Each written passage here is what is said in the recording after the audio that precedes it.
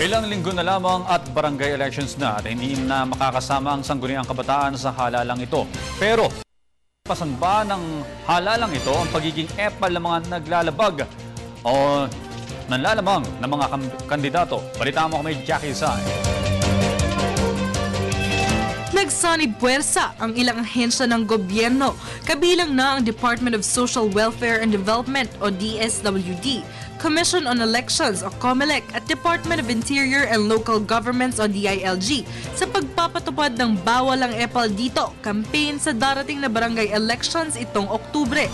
Ayon sa DSWD, pinupuntirya ng kampanyang isinusulong ng mga ahensya na mabantayang mabuti ang Pantawid Pamilya Program o ang dapat at tamang paggamit ng Conditional Cash Transfer o CCT program ng mga kandidatong tatakbo sa nasabing eleksyon, lalo na sa mga re-electionists sa darating na Oktubre.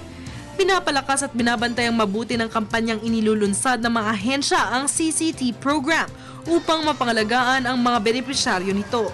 Maalalang napabalita ang paggamit ng pondong ito ng ilang politiko upang mangampanya noong may national elections, kung kaya't sa pamamagitan ng bawal ang epal dito campaign, masusing binabantayan ng CCT funds para hindi muling maulit ang nasabing insidente. Ayon pa sa DSWD, sa ng ilang ahensya gaya ng COMELEC at DILG o ang Joint Memorandum Circular na ikakasa ay may nakalistang guidelines o proseso sa pagbibigay ng CCT cash transfer sa mga beneficiary families na dapat makatanggap nito.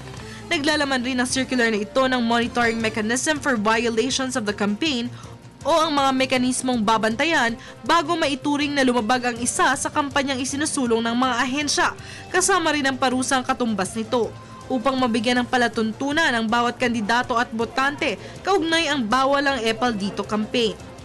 Para sa Telebisyon ng Bayan, Jackie Sai.